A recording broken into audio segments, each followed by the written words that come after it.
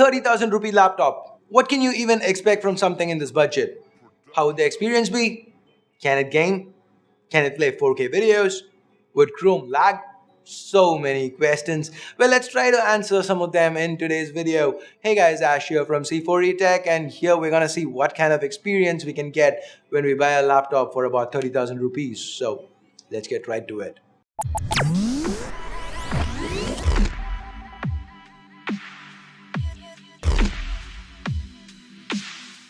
If you love all the crispy, fresh content on the channel, the new experiments and all that, do drop us a like. And if you're new here, get subscribed and click on that bell icon to become part of the C4E fam. And hey, here's a card to a monthly giveaway in case you missed it. Check that out. So this review is going to be a little different from the rest. In fact, most of this video is going to be me explaining why I think these are the most bang for the buck specs you can get for around the price of 30k. With that out of the way, let's dive in. The 30k segment has a ton of laptops. I mean, just look at these results from Amazon and Flipkart. I mean, look at it a little bit more. So how did we go about choosing one? Well, first we had to decide on the processor. I really wanted an i5, but that was out of the question here given the price. So I had to settle for the next best thing, an i3 7020U. 2 cores, 4 threads, and a clock speed of 2.3 GHz, all for a maximum TDP of 15 watts. Those are a lot of numbers, but what does that mean in real-world performance?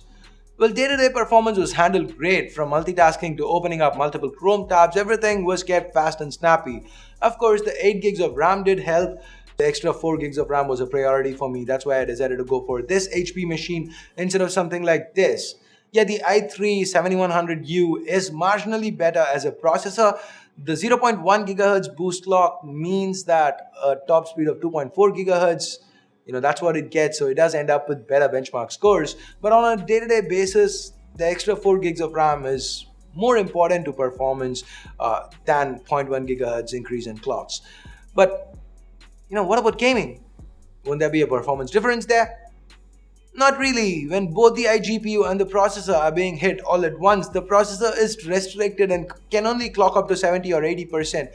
That is around the 1.7 GHz mark. So even though it might say 2.3 gigahertz on the spec sheet, you're never going to get that speed while your iGPU is under heavy use. Granted that IDA 64 is a stress test, but even in real world scenarios, the i3 in this one clocks itself down to keep from overheating, and that's going to be the same regardless of which i3 you go with. And here it does a pretty good job. The temps never went past 70 degrees on the socket, and the keyboard and touchpad never got too warm. Now, all the thermal throttling doesn't mean that this one is completely unusable for gaming. We did try out a couple of less demanding titles on it. The Intel 620 held up quite well for the most part. We tried games like Life is Strange and CSGO, and even with CSGO we managed playable frame rates. Honestly, I'm quite impressed with how far integrated GPUs have come in the past few years that even something like this 30,000 rupee laptop can push 60 FPS on CSGO. But gaming isn't the primary concern for someone who's on this budget, right? So let's move on to the next aspect of this laptop that really impressed me, that keyboard. It has a nice textured finish and the keys are evenly spaced out, which means typing on this one was a joy. Sadly though, the same cannot be said about the trackpad. It's a little too tiny for my liking. It comes with 2 physical right and left keys at the bottom. Well, the tracking was usable for most cases. I didn't really like the texture of the tracking surface. However, for something around 30,000 rupees, it was quite accurate, so I'm not going to crib about it for too long. Oh, and if you care about Windows gestures, this trackpad supports that as well. Also worth mentioning are the dual speakers on this one. The placement above the keyboard means that the sound doesn't get muffled, so no matter where you place the laptop, even if it's on a flat surface, the sound is decently loud. If you watch a lot of YouTube or movies, you are definitely going to like these speakers.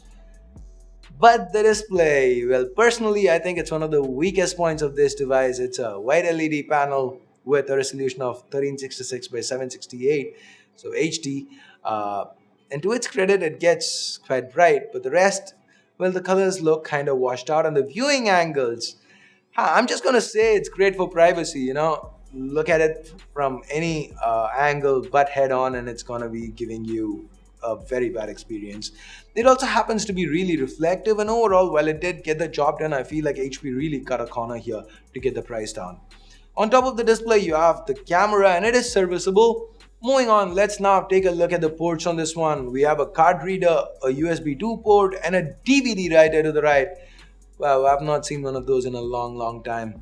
We don't have one on any of the systems in the office, right? So yeah, and I almost missed it. There's a Kensington lock there as well. To the left, we have the 3.5mm jack, two USB ports, USB 3 this time around, a full-sized HDMI port, an Ethernet port, and finally the power port. Now, this one is powered by a 45-watt wall adapter, and it isn't super heavy or bulky at all. In fact, the entire package weighs in just under 2 kgs and is quite light for a 15.6-incher. Much of that comes from the fact that the entire body is made out of plastic, but you can't expect anything more from a laptop in this price range. In fact, despite being entirely plastic, the build quality on this one is quite decent. There are no obvious creaks or squeaks, screen wobble while typing is non-existent, and the keyboard too is quite firm. There is a bit of screen flexing, but that's kind of to be expected. In fact, this one even managed to pass our one finger lid open test. Impressive. Speaking of impressive, another thing that impressed me is the battery life. We have a 3-cell 41 watt hour battery in here that would last any casual user at least 6 to 8 hours. That isn't much of a surprise since we have a 15 watt TDP chip inside that just sips power, and even the screen isn't that much of a battery hog. So that about wraps up this video. We pretty much covered everything, and you should be running off right about now to buy this one. Well, not so fast. There is one pretty big flaw in this laptop which I haven't talked about yet. And there is a reason I left it till the end. It's a problem that plagues almost every laptop in this category, the hard drive. Most of the time, the lag you will face when you are opening up Chrome or booting up isn't really the processor's fault. It is more of the slower storage that is struggling to keep up. In fact, even with something as simple as an unzipping procedure, you can see that the disk usage shoots up to 100%. And this is because of the 5400 RPM hard drive.